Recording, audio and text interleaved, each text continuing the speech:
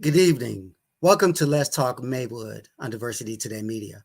I am your host, Dr. Reggie Ratliff, and joining me is my co-host, my co-laborer in the vineyard, and expert investment advisor, Terrence Hollingsworth.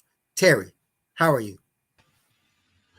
Good evening, everyone. How are you, Dr. Ratliff?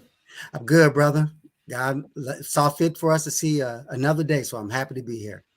Yeah. How's the weather out there? Because it's cold out here now. Yeah, man, it was cold. Shoot, I ran yesterday, and that wind was just pushing me like I was fighting the wind. And today it was better. Still, I think it was can't remember how many knots or whatever, but it was cooler. We're in the upper 40s, so kind of normal for the DMV this time of year. How was it back out there in Iowa? Yeah, it's cold. It's supposed to be 50 degrees, but not so much, right?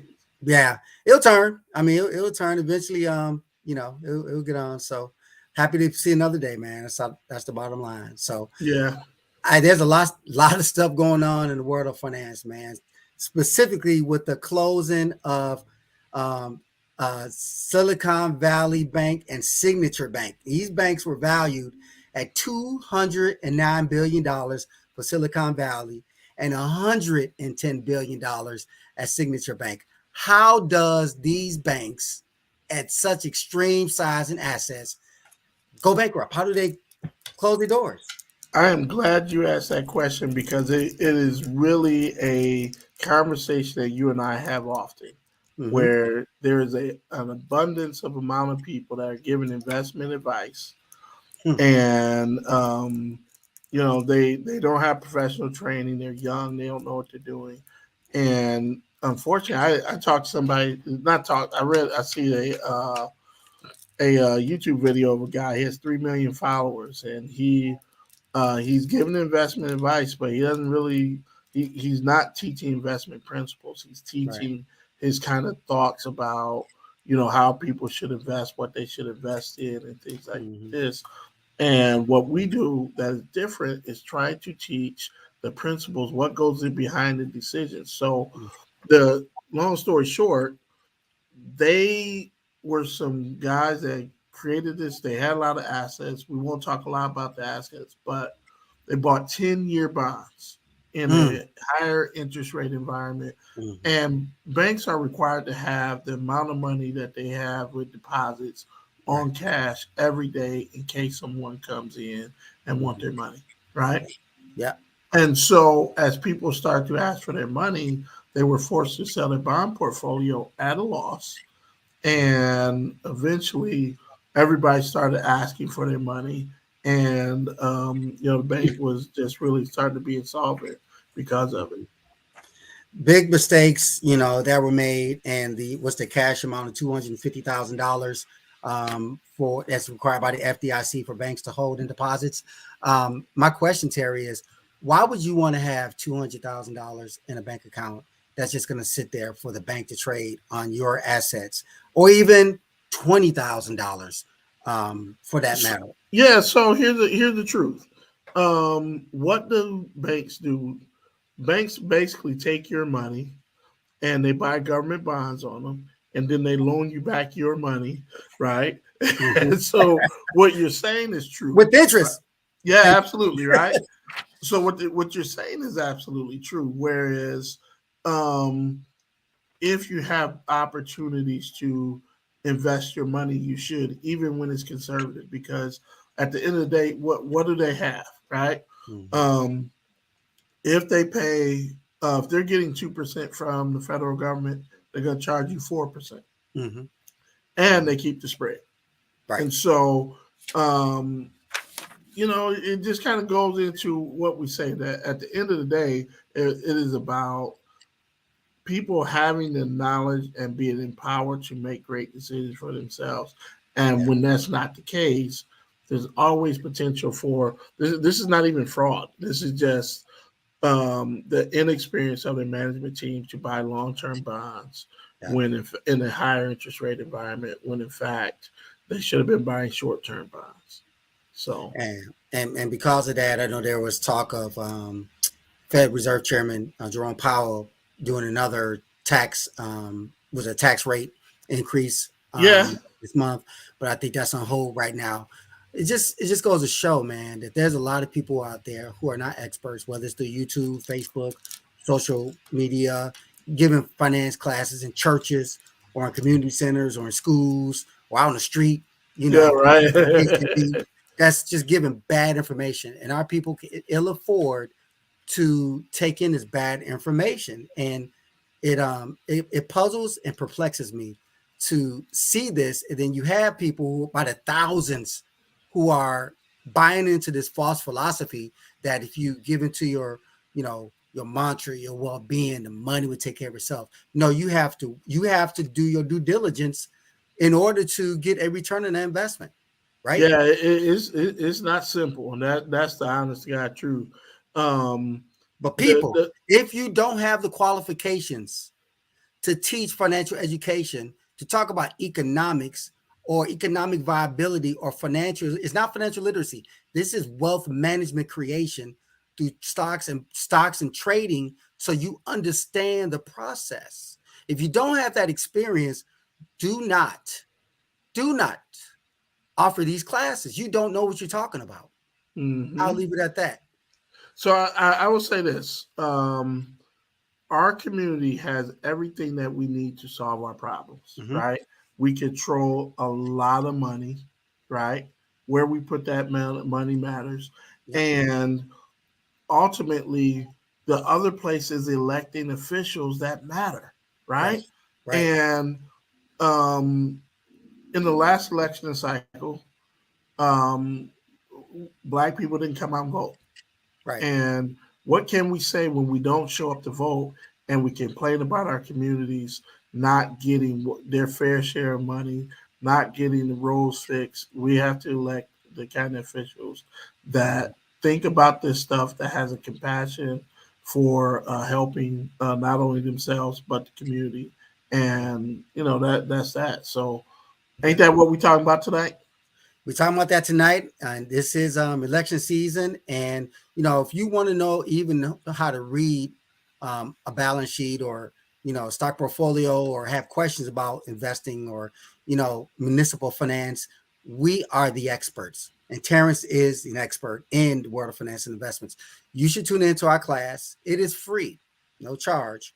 Send your interest to me. Say you'd like to participate in this class on Thursday evenings from 6 to 7 p.m. Central Standard Time. Send your email to sratliff68. That is me, at Yahoo, sratliff68 at yahoo.com. And in turn, I will send you a link to access the class. Those who've taken the class over these years have truly benefited and applied our knowledge and have had a great deal of success in terms of taking what we have taught them. So we're going to talk about this tonight, the election season, and bringing on a returning guest. Excited. All right. Well, hopefully we'll see you guys on Thursday, and by all means, make sure you get out to vote. Get out to vote, people. So with that said, this is now election season, as stated earlier. We will be bringing candidates onto this podcast. Even tonight, I'm excited to bring back Dr. Mary Larry. She is well known in Maywood, a lifelong Maywoodian, and she's very well endowed and she's very much empowered, particularly our youth in the community. Just a brief bio about her. Dr. Mary May Larry is a business professional, well versed in her knowledge of policy and procedures. She is an educator, former Village of Maywood liquor commissioner and administrator, and community organizer. She has quite a number of accomplishments, but we will not repeat those because she was on last June. And so we want to bring her on to talk about her role in running for village treasurer, as well as another guest that's going to come on for the first time, which I'll introduce when she comes on shortly. So without further ado, Dr. Mary May Larry. Dr. Ratliff, and also to Terrence. Oh my God, I am so excited to be on with you all on this afternoon Yes. and talking about let's talk about Maywood. Yes. I am so excited. I mean, we're on the cusp of a change, Maywood. You know, Yes. I'm so excited. Been a resident here for 50 plus years. Hmm. Homegrown, went to Emerson Elementary School, Warriors. graduated from Proviso East, Pirates Nation. class of 81. I graduated a year early. And I Nice. often say about Maywood that we're in the best location Yeah. in Illinois. For Yeah. those who are listening and who's not familiar with Maywood, we're Hmm. right outside of the west side Hmm. of Illinois. And we're 20 minutes from downtown Yes. Chicago with a train track on the back, I often say, and an Absolutely. expressway on the front. As We hell. are 20 to 25 minutes from Yes. both airports, Yeah. O'Hare and Midway. So Yep. listen, we're a diamond in the rough. We Yes. have three major hospitals within a 10-mile radius. Hmm. We're located with right near Gauntlet and Yep. Loyola and First Yes. Suburban. I mean, Yes. we have so many great opportunities, Hmm. and we're just here to serve the mind. I call it my Maywood because that's the name Absolutely. of the slate that Absolutely. shows ownership. And Hmm. on this slate is comprised of two individuals, yours truly, Hmm. Mary May Larry, punch number one, and also Yes. Diane W. Baker. Oh my gosh, she's a Hmm. lifelong resident also of Maywood. Yes. And she also worked with Dr. Willie Wilson. Everybody know Dr. Willie Wilson. So she works with him. So we're so excited to serve Maywood. And just call your neighbor, call your friends. Listen, you already know who I am. You know, sometimes it's like preaching to the choir when people already is familiar with the work that you're doing. I've served the community of Maywood, grew up in Maywood, 10 Miracle Revival Center Cathedral. The founder is Bishop Willie J. Chambliss. Just to give you a little backdrop, Sir Bishop Ford, those in Chicago, if you didn't know him, you travel down his expressway that is named after him, Bishop Ford. And also, I currently serve as the local president of the Business and Professional Women Federation. And worldwide, that means all over the world, I serve as the vice president of the Business and Professional Women Federation. And if you wanted to see more of my bio, you can go to drmarymaylarry.com and then you can explore my bio in depth. But on this evening, we're coming to you asking the Maywood residents to remember that early voting starts on this Monday, March 20th, and it'll go through until the 3rd of April. And listen, I often say our dancing date is on April the 4th. And just remember, April the 4th is a meaningful date because that was the date that Dr. King, remember, was assassinated on April 4th, 1968. So why don't we come out as a remembrance to him, his great sacrifice, the greatest sacrifice when a person give their life for a cause. So don't forget on April the 4th, punch number one, and it's going across the ticker. And then also Diane W. Baker, punch number two. Back to you, Dr. Ratliff, and thank you so much for Thanks. having me on the show again. What a thrill and what an honor. It's an honor for you to be on, Dr. Larry. And one thing that I really appreciate that you just spilled out was pouring out your soul was the background, backdrop. Maywood being a great location just outside the west side of Chicago. Maywood has its own identity. It Oh, yeah. always has. And you being a resident of Maywood for over 50 years, you've seen how Maywood have changed, you know, for the good and for the not so good. You've seen leaders come through and go. You've seen how those you went to Emerson with and Proviso Weiss and things of that nature, how they become leaders of today, and how you would like to give back to the community that planted the seed in your life, in your ministry, in this journey you and Sister Baker. That's something to speak about because many out there don't know how Maywood used to be. Mm. They only see what Maywood is today. But this wasn't always Maywood in the 70s, even the late 60s, 70s, and 80s, even when Mary Jo Freeland became the first African American mayor in 1983, I believe. Mhm. So we have a lot of history. And so, there's that saying, if you don't know where you come from, you won't know where you're going. Mhm. And so, with you taking on this reign and this challenge to become the next village treasurer, talk about your vision Mhm. as treasurer and continued leader for the village of Maywood and the constituents. Thank you so much for that question.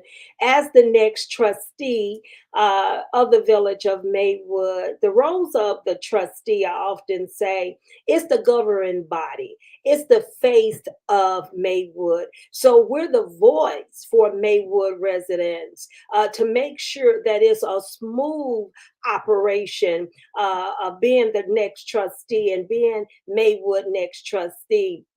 And I envision, because it's a collective of other individuals that hold that particular seat. But as you stated, Dr. Ratliff, I remember when we had a theater on Fifth Avenue. I remember where it was a car lot on Fifth Avenue. I remember when it was a thriving downtown district, our downtown in Maywood. So these is the things that we envision to bring back to the village of Maywood. The first thing they asked me, what would be the first thing on my agenda as being the next trustee of the village of Maywood? Number one, to thank the people, because I remember and I believe this firmly, no one have to do anything for you. So you want to thank people, and remember, thank you make room for more.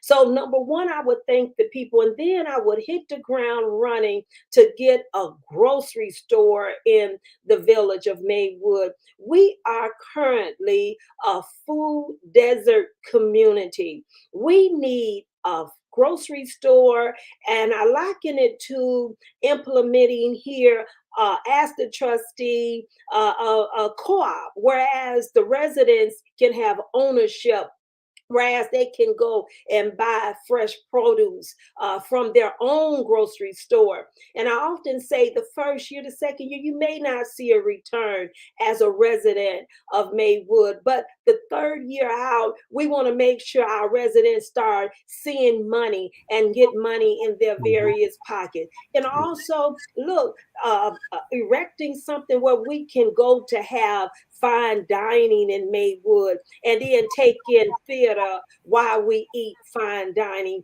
Mhm. Maywood should not be a place where you just paying taxes and you're Right. living here with no type of entertainment, no Mhm. type of enjoyment. So Yes. we need to invest in businesses and bring in businesses within the village of Maywood. And that's what I envision, a thriving community.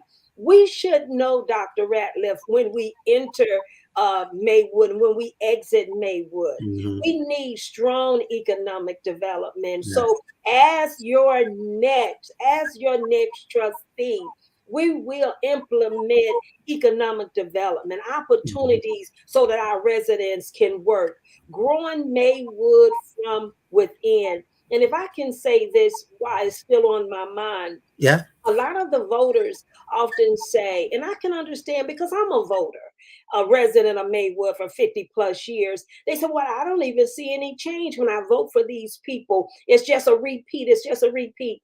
I just want to elaborate on this just for a second, just to put a face to this situation. And after being on the inside, taking a look at it, if you can imagine Maywood resident, an onion, and you remember when you peeling back an onion and then you get to the core of that onion. This is what is happening with a lot of these politicians. They're being financed by other individuals that have selfish motives. So they cannot support and help Maywood resident, because remember, they have to first pull back all the other layers and then get to you. I have been approached many times to be financed by other individuals. And I asked, so what is it in for you? You vote the way I state for you to vote. Then I say, well, what is? I make another inquiry. So when do the people get what they deserve? They say, once again, you vote the way that we state for you to vote. And residents of Maywood, I decline it every time. My heart is the Maywood residents. So I will not conduct a backroom deal and sell you out, and you still have nothing to show for it. I envision a growing, thriving Maywood. So remember, on April the 4th, punch number 1. And listen, you don't have to drop down too far. Just punch number 2 for Diane W. Baker. Back to you. I'm going to talk a little bit about your sister in Christ, Diane Baker, for a moment. I want to correct myself. As village trustee you're running for, not treasurer. So Yes, I yes. stand correct on that. I love how you expressed the vision for the village of Maywood. I also love how you talked about the Lido Theater. Back in the day, that was built in around 1925 and closed in 1976. Certainly we have not replaced the theater. The village of Maywood has fallen on difficult economic times, if you will. And then the food desert, grocery store, lack of grocery store in the village of Maywood, and the decrease in population in the village of Maywood during our time growing up. The average population of Maywood was right around 30,000. Yes. Now it's below 23,000. Correct. So there's a lot of work needs to be done. And with that, in addition to your experience and laying out the great vision, the great landscape, how do we overcome these economic challenges that Maywood is facing, notwithstanding some of the moves that are taking place to repair Washington Boulevard and rebuild the old senior home on 4th Avenue and some other things, the projects is going on now, things like that. But how do we do it on a larger scale from a micro to a macro level standpoint, if you will? Networking. Networking is the key. I remember many years ago, I did a sabbatical with Bishop T.D. Jeds. The key that he was driving home to all the business people and future business people, it was consistent of networking. And this is what Diane W. Baker can bring to the table. I apologize to the listening audience for her not being here, but she had a major slash, you could say a minor, but anytime you having a procedure, I call it major. So she had that today, and this is why Diane W. Baker could not be here on to this evening. So she sent her apologies, but this is a business savvy woman. I mean, it through and through, 110%. She worked with, and everyone in Chicago and abroad know of Dr. Willie Wilson. I mean, she's one of the key players with that administration. So she have the wherewithal, along with yours truly, Mary May Larry, with my expertise and grant writing, networking with various entities to move the needle into a direction of thriving for Maywood residents. So I would say once again, networking with your corporations and also with your surrounding community. And then one thing that all of us can recall our parents saying, to listen.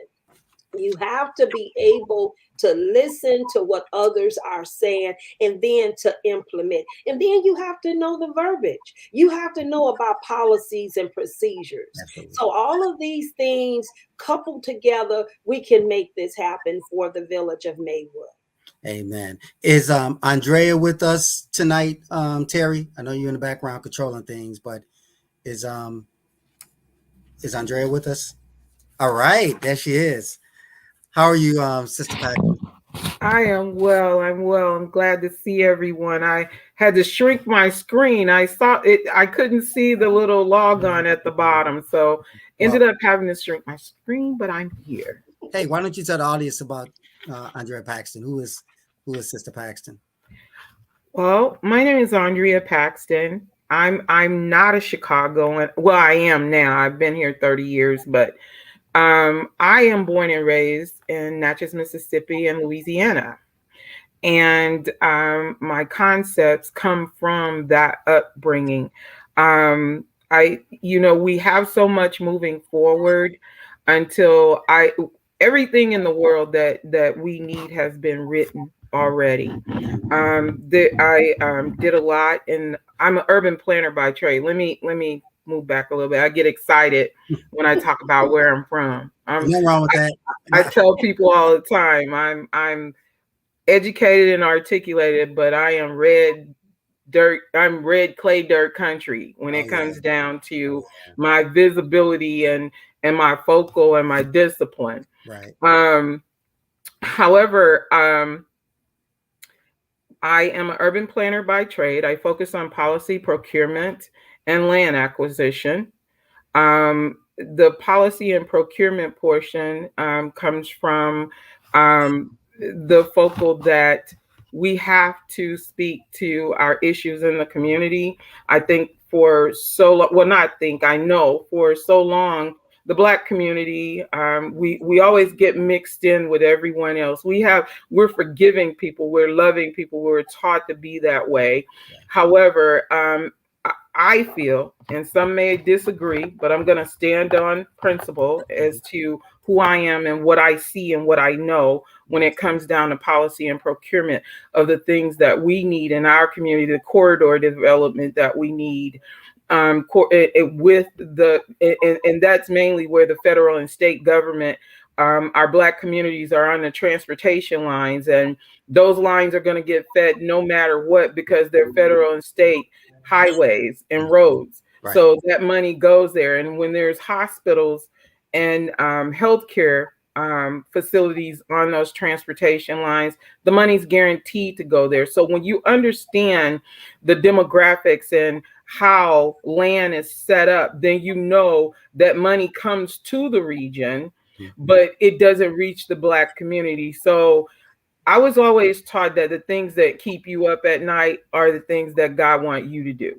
Right. So when I'm sitting in all these meetings, I started in Illinois. I actually came to Chicago in college, and I actually started planning during the Harold White. When God wants you in a space, God puts you where you need to be. Mm-hmm. Actually, I was partner brokering and kind of blindside. I'm a small town girl. Mm-hmm. I learned the city, but I'm a small town girl, and I was doing land acquisition for private developers and certified commercial investment. But all that certified commercial investment was in the hood, in the ghetto. And when you don't necessarily know, I've been in Black communities all my life. However, I've been in suburban and small Black communities. So that's a bit different, especially in the South. Yeah. So I had to learn the cities, the subquadrants, and the way, Chicago, just like California, New York, and how they're cut up. And even in the South, you're just either you're out in the country or you're in the town. But here you have the mixture of everything. And when you look at that mixture, our people are like in the center, and put that way on purpose when you work in the areas that I've worked in when it comes down to policy, procurement, and land acquisition. So as a base of thought in public-private partnering, if a community is 51% Blight, it gets 100% federal funding. If it's over 51% Blight. Now, the majority, 85% of the Black communities in the United States are at the 51% Blight margin. Now, all of those aren't city, states, and towns. Some of them are subquadrants. You guys, Chicago is a big city, but it's many subquadrants. And then you have the suburban areas that are surrounded in that area. I look at Maywood, and Maywood is when you look at Maywood from a planning perspective, Mhm. Maywood is beautiful. Yeah. Maywood has, I mean, it's rare that you see a community like Maywood with 20 to 30,000 people in it, and the mid-income bracket is at Yeah. $40,000, 40 to 50,000. 44,000. Yeah. Yeah, Mhm. and that you see that the ratio of men and women, men to women, is 50-50.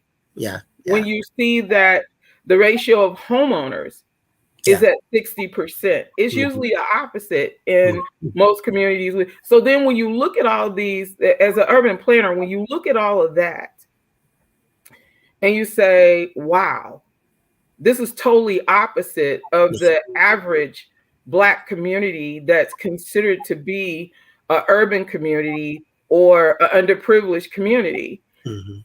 Because usually those communities, it's 40%, 30% homeowner.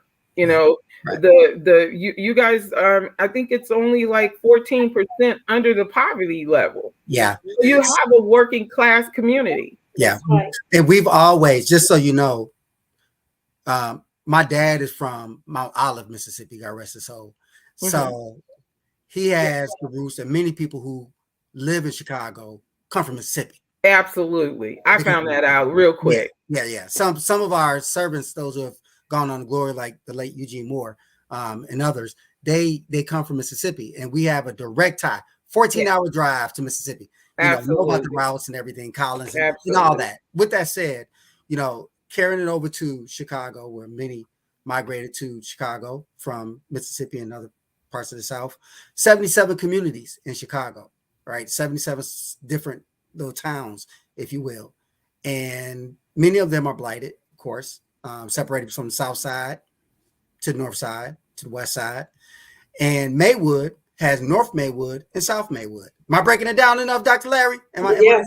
Okay. Correct. So, when you think about those statistics that you brought, Sister Paxton, from an expertise standpoint, and realizing how beautiful Maywood is, always have been, in spite of everything that's been going on over the last 10, 20 years, where from a policy or even a funding standpoint, in your area expertise, do you see Maywood going? Because there's been practices tried and not gone well, just outright failed. And even in spite of the 6% home ownership, there's still a lot of boarded up homes. And there are many residents who are struggling, who are unemployed, and crime is high because of that. How do you move from a policy standpoint, your area standpoint, pivot and move in the right direction? Okay. So I'm a PK too. And yeah, I'm a PK. All right. And background Kojic. But all right, speak.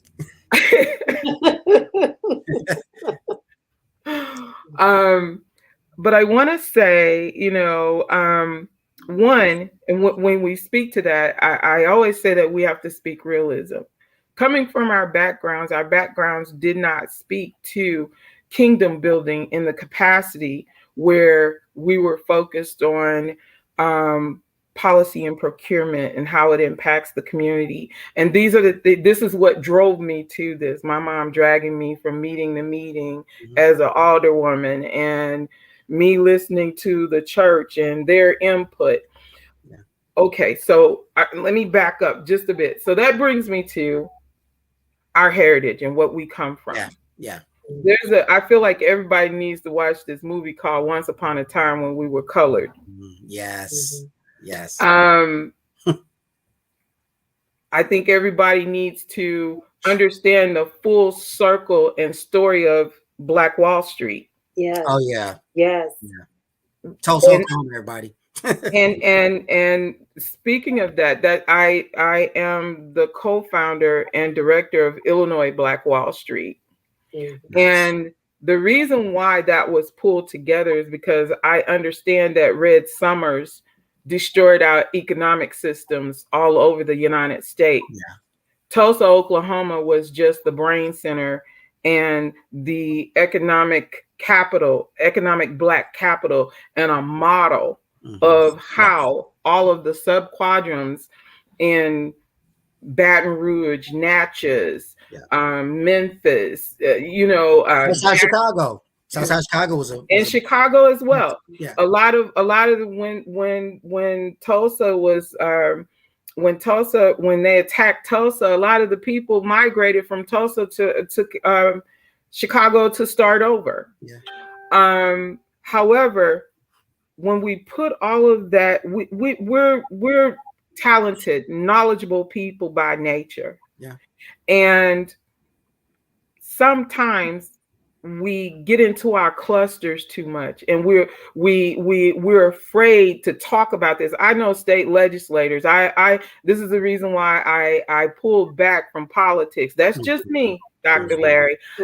Now I'm knowing that I probably should have stayed in, but I pulled back from it because when you're fighting, I don't have fight with other races because they know what I come to the room with. They know I know what they know, and in some cases more.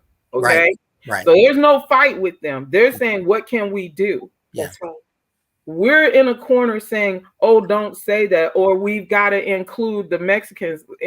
From where I come from, the people come to this table. It's Mexican American appropriations. Right. It's Indian American appropriations. Black people are scared to talk about Black issues. Up until now, this generation has opened the door and started talking about and pushed our generation and previous into a corner to whereas we've had no choice. And a lot of our issues is when all of our people moved, they migrated north and stopped talking about what had happened in Mississippi, because the Jews, they got a Holocaust museum in the United States. The Holocaust didn't happen here, but the Black Holocaust did. That's right. That's right. The Black Holocaust did, but we don't have Black Holocaust museums over in Ukraine or Germany, and we can't even get offices in Chinatown or Pilsen. Right. You get what I'm saying? But we welcome. And I'm not saying that we shouldn't welcome other nationalities into our communities, but our business corridors should not be shut down. Right. Our liquor licenses shouldn't be to people that don't drink liquor, or our communities should not facilitate self-medicating. Right. These are things when our communities don't have certain type of tax dollars, they build tax dollars on liquor taxes because of the amount of weight liquor taxes carry. The average person from another country, they've studied us, so they come, they know we're consumers. They know our issues better than we do, so they come to our community and they come to build 25 years of generational wealth off of 50 of our demise. Well, so Sister Paxson, even in that vein, you talk about even other ethnicities who may come to the United States, open different shops in our communities, hair shops and things like that, beauty shops that's not owned by us, and take advantage of it. Why? Just to your point you alluded to, they study us before they come work with us, and we wind up working for them, and we become consumers instead of owners. And we could go on and on and on and on about that, because there's so many stories, backdrop stories, I'm sure you can attest to. You know, you talk about that. You talked about Once Upon a Time when we were colored. Talk about Black Wall Street. When we stuck together. That's when we were colored. That was the key. That was the key.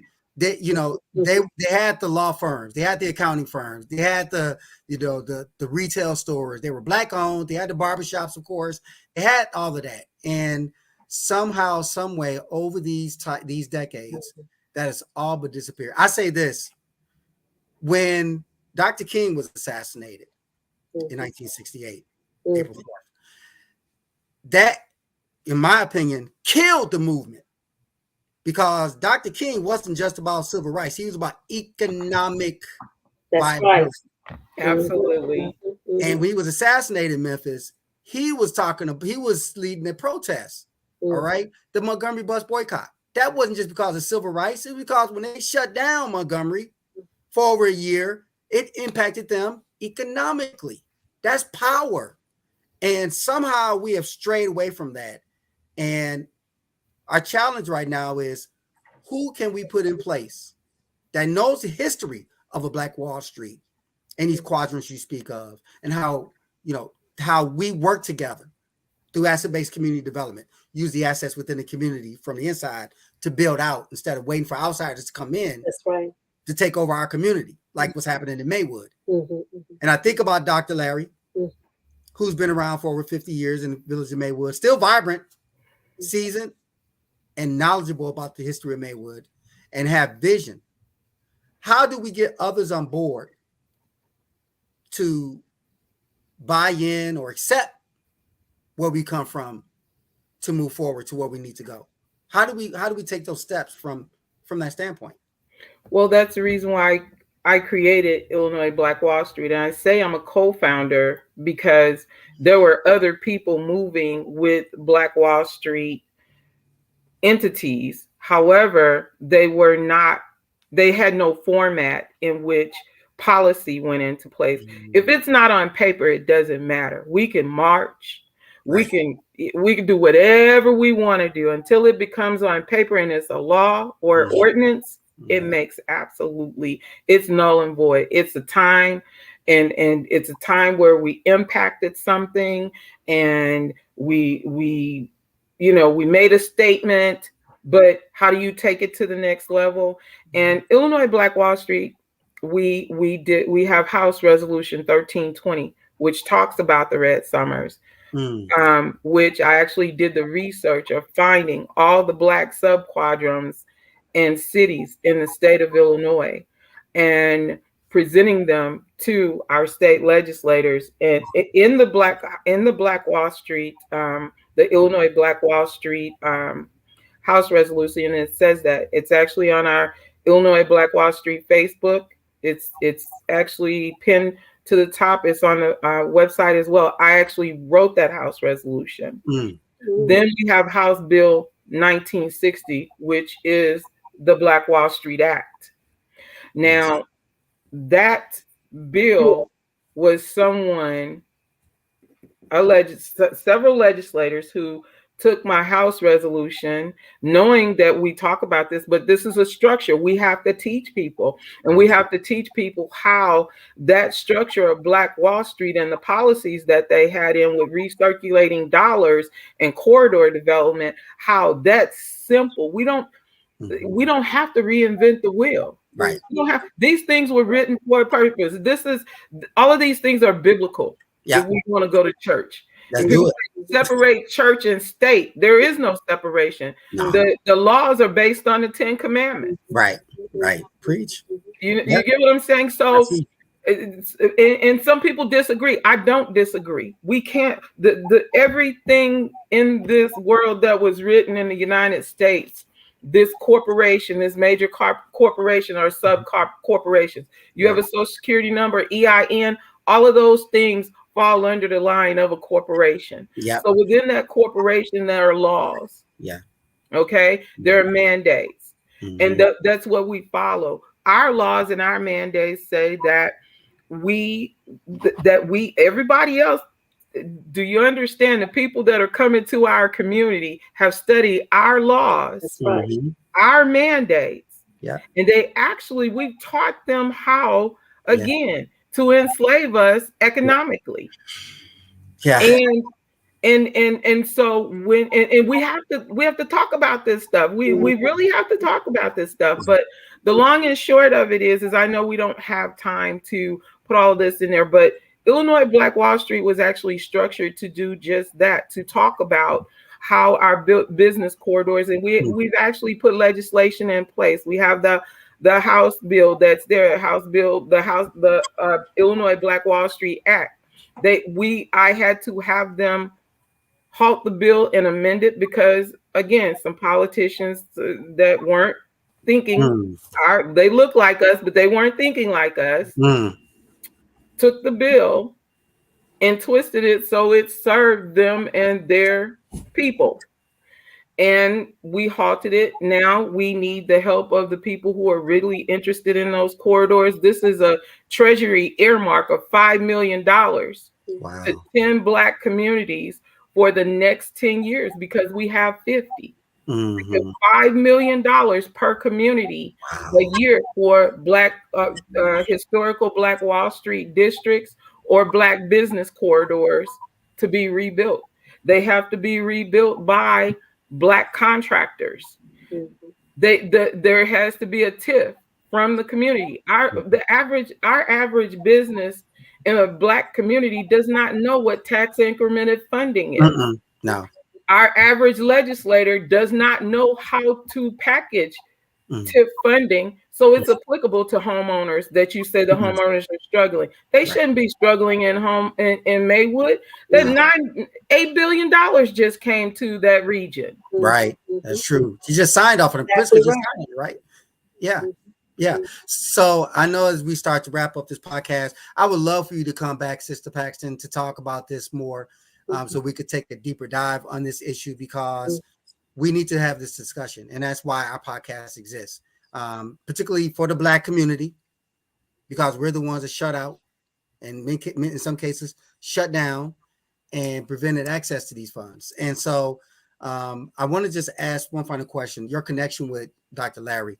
What's your viewpoint of Dr. Larry and her vision, since you're here on the podcast?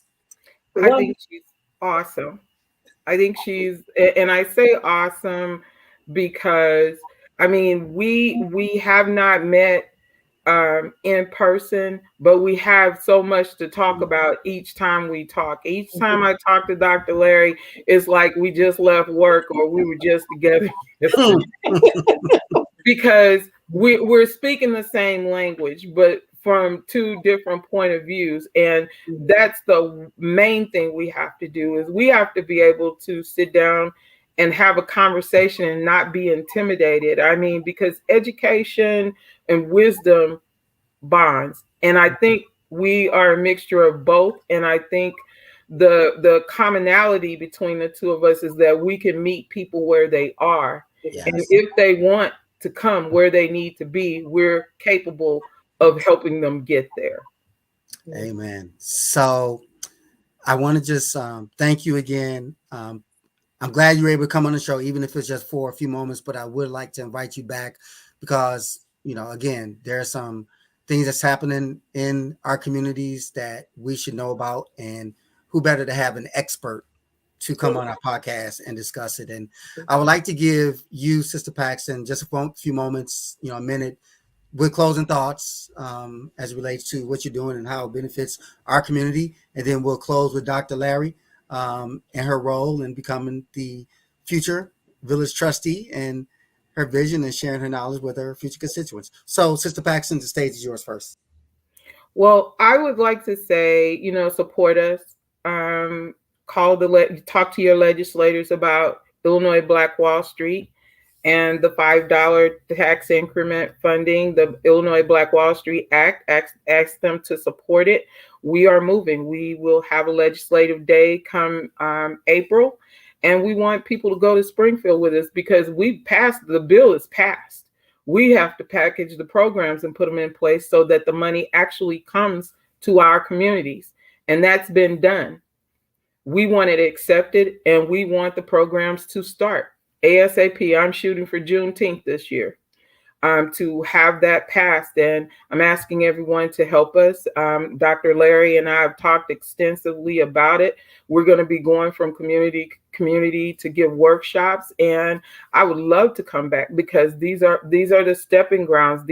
Your people, you hosting this show, Dr. Larry, it needs to be inclusive in making this happen. So by all means, I am so hoping that she does become a trustee, and people like her that are open and like-minded and willing to get in the trenches, and make it happen. Not just talk about it, not picket about it, but make it happen.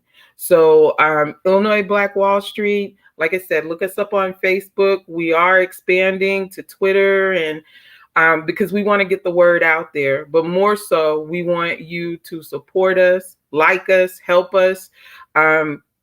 Type your question in, messenger us your questions specific questions about your community, because we know where you are. We want you to know what you're worth in that community and tell us how we can help you. We're not trying to impose. We want to come in and enhance what your visions are.